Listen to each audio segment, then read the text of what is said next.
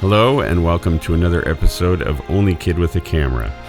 Today I'm going to be talking about an awesome movie that I still love and I've loved since I was 11 years old. The movie, of course, is Jaws.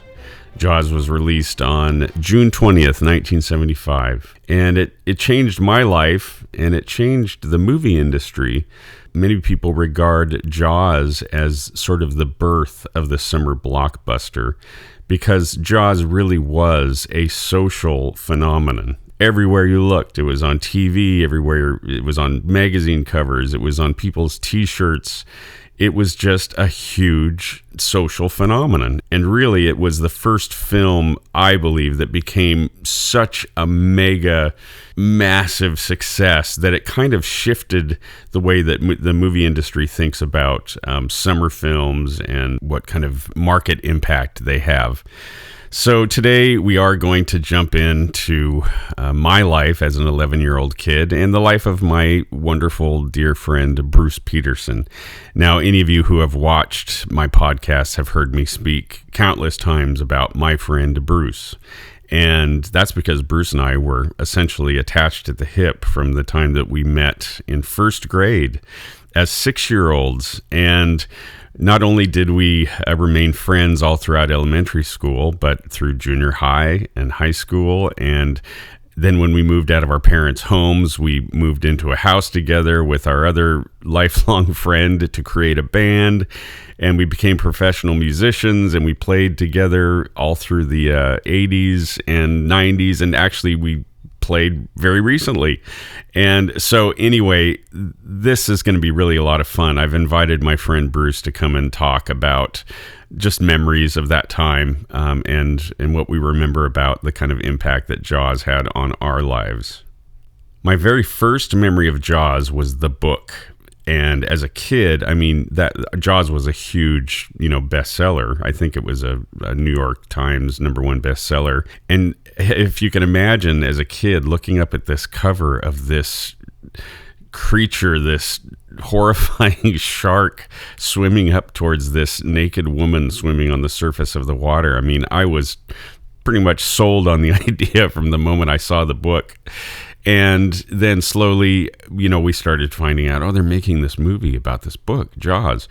My friend Bruce and I, once again, one of the things we used to do when we were kids was we watched a show called Nightmare Theater, which was a local television show where they would present kind of classic horror monster movies on Friday nights. And it was such a great show. I remember pretty much every Friday night, Bruce and I, either I'd be staying at his house or he'd be staying at my house, and we'd watch Nightmare Theater, and they showed all the great classics, Frankenstein, Dracula, the Mummy, the Wolfman, all of those, the Invisible Man. And they also showed a healthy dose of sci-fi horror films that came out after that in the 50s and 60s, the really awful, cheesy, but very fun science fiction and monster movies and stuff like that. But we had never seen anything like Jaws. Jaws was like serious gore. It was like in your face horror, and we had never seen anything like that. The summer of Jaws, yes, is such a turning point for both of us. Totally, I'm sure. Totally, yeah. Tell them about the drive-in theater that was down where we lived in Kenmore, Washington. Yes, and the amazing thing, I don't know if I've shown you this, but I have about a 3-second clip of footage that I shot of the theater in Kenmore. And of course, you folks will be seeing it right now. How did you get that clip? I have no idea. I believe I was testing my new Yashica Super 8 camera, and we went down to Kenmore, and I just shot some, like a drive-by. Yeah, and it's amazing. And so there's this theater that I'm going to show you here was right in the center of the town that we grew up in, Kenmore. It was like the fixture, it was the World Trade Center of Kenmore. It's hard to describe how magical that was. It was like the hub of the weekend activity for the entire community, really, especially when a blockbuster came through. But totally, this movie, for some reason, was different than anything that we had gone to see at that theater, because most of the time we were younger kids and we were just more interested in playing because they have little playgrounds and stuff at the drive-in. At the drive-in, You can be at the snack bar playing in the playground rounds. Yeah. But this movie, we actually sat still Yes. in the car, Yes. mesmerized from the opening scene till the very end. Yes. I mean, truly. And the fact that the movie was about, a summer resort town, and we were, it was summertime, and our parents would take us to the drive-in movies, which was I'm going to do a whole podcast about just the drive-in movie experience. But to watch Jaws on a warm summer night outside at a drive-in theater, it was magical, totally magical. And I don't know if you remember, I saw Before you and Scott saw Jaws. And my parents I begged them, and of course I was able to get them to do pretty much anything I wanted. That. Yeah. And so the first time that you and Scott saw Jaws, my mom took the three of us down to the theater to Kenmore Drive-In to watch Jaws. And I don't know if you remember this, but as every moment came up, every moment when something was about to happen, yes, I go, okay, here it comes. Get ready. Okay, get ready. It's coming. That's right.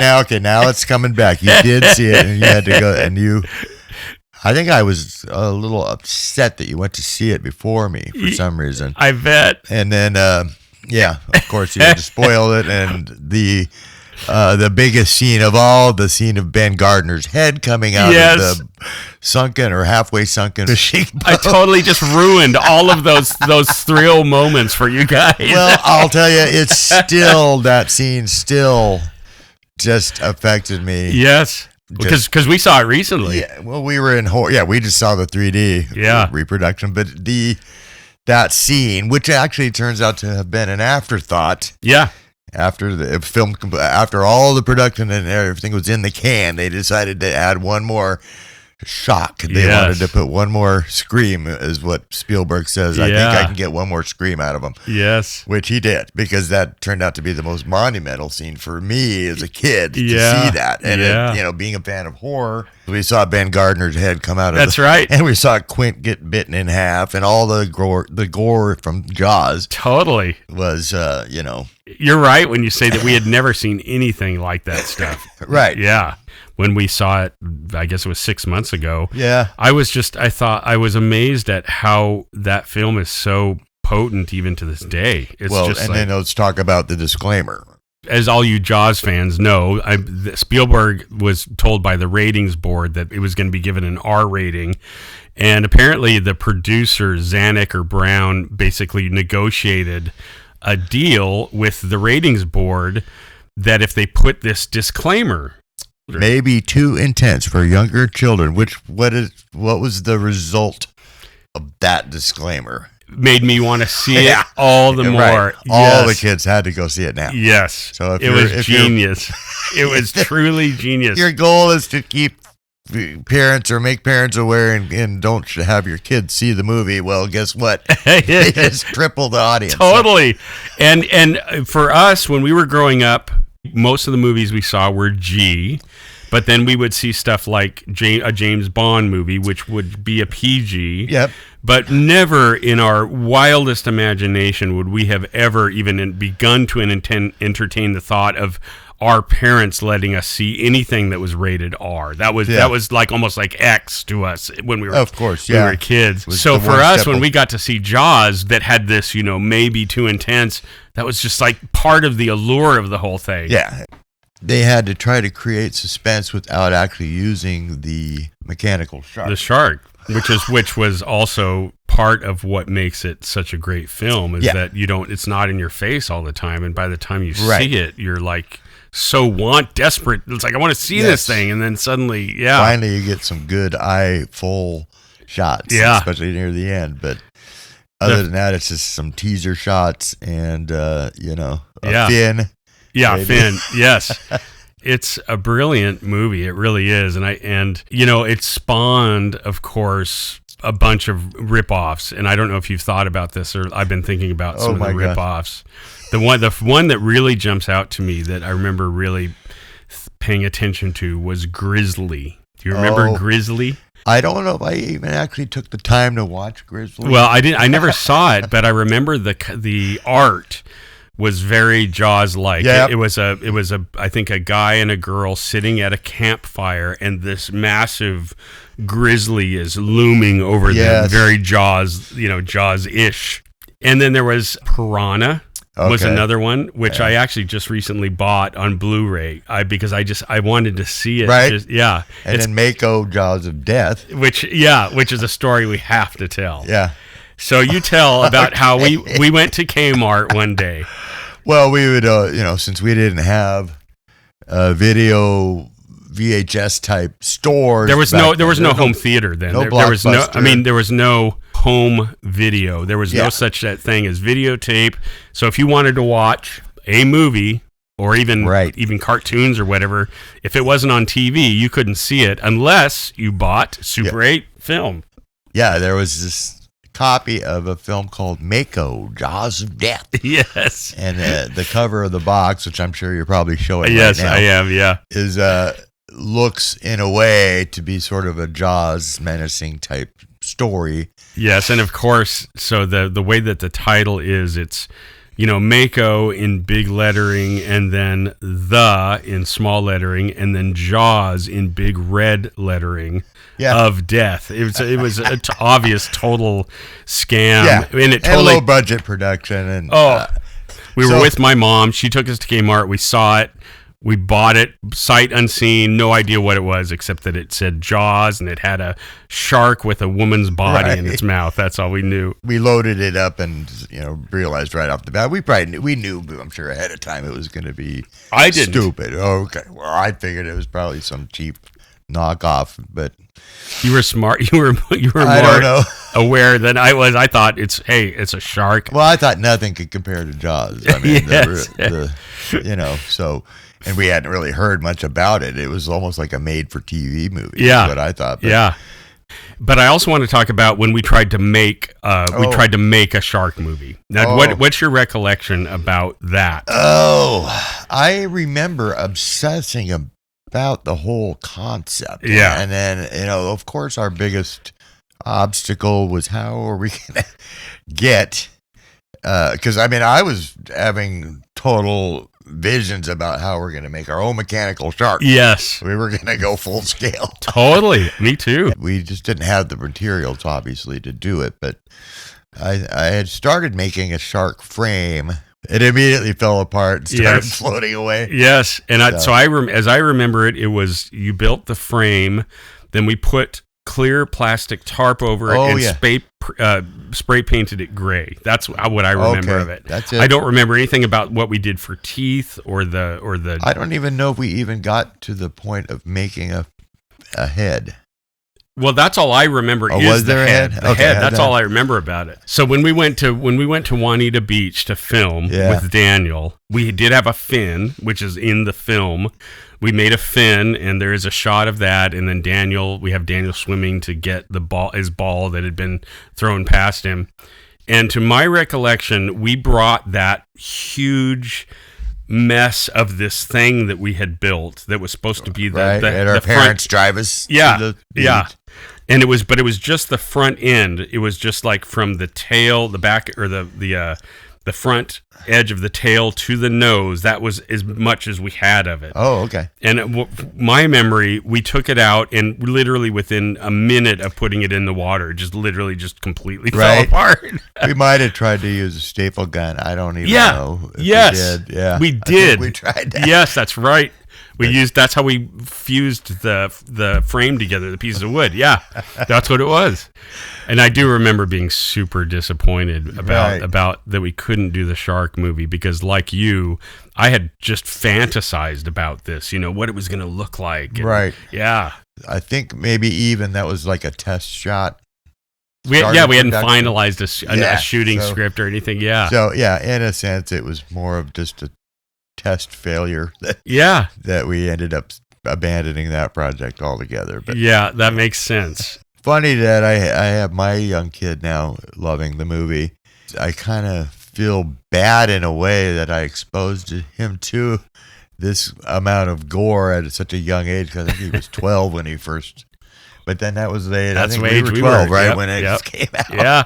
Well, you waited to the right moment. Yeah. So, no, he thinks it's a great movie too. But the climax of the film where Quint gets crunched by the shark and the blood spattering out of his mouth, I mean, that was definitely the other giant moment in our lives. It was so thrilling to see that kind of display of horror and gore and just there's no way around it. When we were kids, I remember being not super fascinated with gore, but I remember blowing up G.I. Joes with firecrackers and stuff like that. Oh, and we were always trying to figure out ways to make fake blood, and we researched it. I think we tried to. That's the best one was the K-Rose syrup.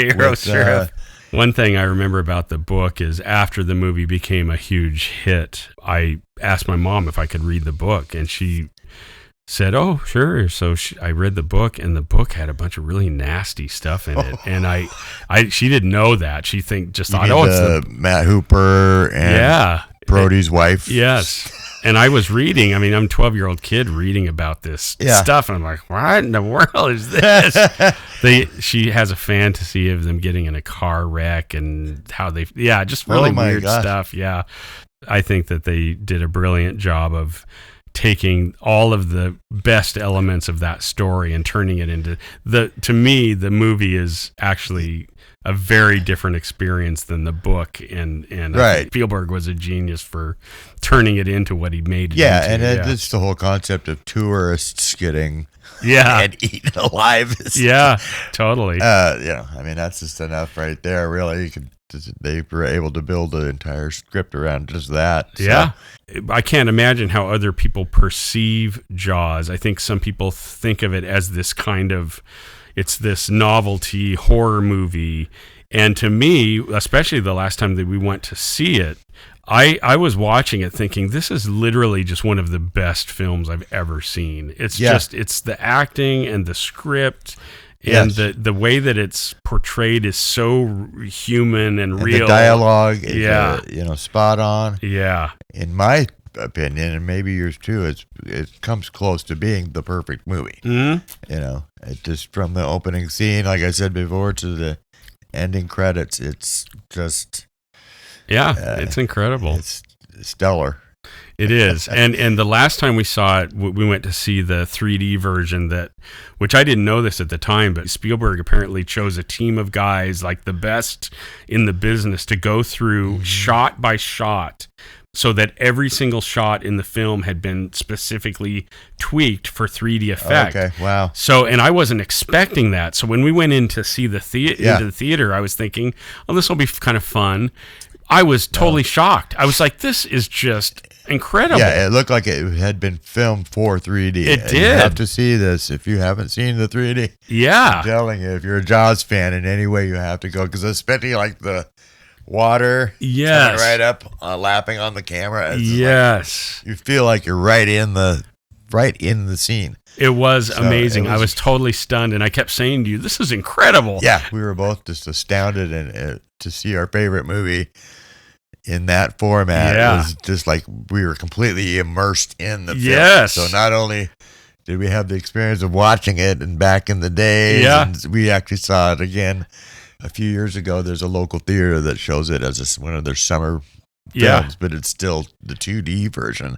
And then last year we saw it in 3D. It was just it was like watching it new again. Yeah, it really new was. Again, and like on a roller coaster ride. Yeah, it's just you already know what's going to happen, but you're completely immersed in the film itself. That's right. Unbelievable. It was, and I don't know if I told you this, but when we were watching it, there was when they're out on the water during the hunt at the end, the last quarter of the film or whatever it is.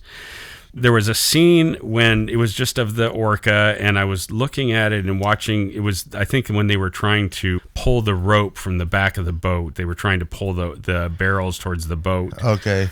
Yeah. And for this moment, I had the smell of seawater in my senses.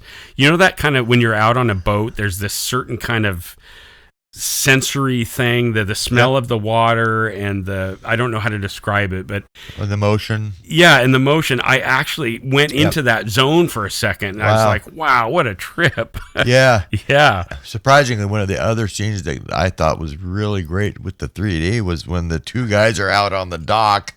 And they got the wife's ham or roast. Yeah. And the shark takes it away. You never see the shark in the film. Yeah. In that scene, I mean, but... it's the way that it just yanks it out and yanks the dock out. Yes. And the guy's like crawling. And when the dock turns around in the water. Yes, of course. Another menacing scene without actually using the mechanical shark is, just filmmaking brilliance. It was. That scene, now that you bring it up, I remember thinking that particular scene, when you'd see it in a regular movie theater, since it was so dark, it wasn't as impactful. Right. But in 3D and what they did to it, it made it like a different experience. It was like, whoa, this is intense. Yeah. I remember that scene, though. It did affect me, too. When we first saw the movie, because it definitely sets the mood. There's no music during the first part of that scene, so it's just quiet, and the guys are just kind of whistling and sort of just, let's see what happens. Yeah. And then suddenly, So you really get one more thrill. Thank you, Steven Spielberg. Totally.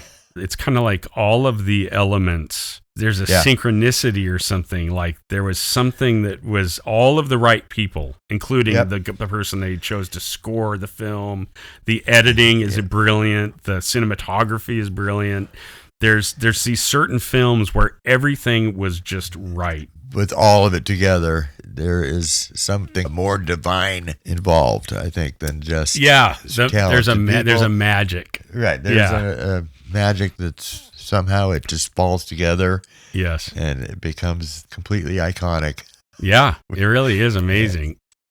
Thank you, everyone, for watching part 1 in my 2-part series on the Jaws phenomenon. I hope you'll tune in to episode 2 because I'm going to talk a lot more about the effect that Jaws had on my life as a kid. I'm also going to share some Super 8 movie footage I took when I went to Universal Studios in 1977. Not only had the Jaws attraction just opened, but they were starting to promote Jaws 2. In fact, I went to hear Jeannot Schwartz speak about Jaws 2, and he premiered the Jaws 2 trailer for the audience before anyone else had ever seen it. I have a recording of that I'm going to share with you that is really cool. I'm also going to talk about the infamous Mr. Jaws, the hit single from 1975. I have a really funny recording of me as an 11-year-old kid discussing what a big hit Mr. Jaws was. You've got to check it out. Don't forget to subscribe, and thank you again for joining me for another episode of Only Kid with a Camera.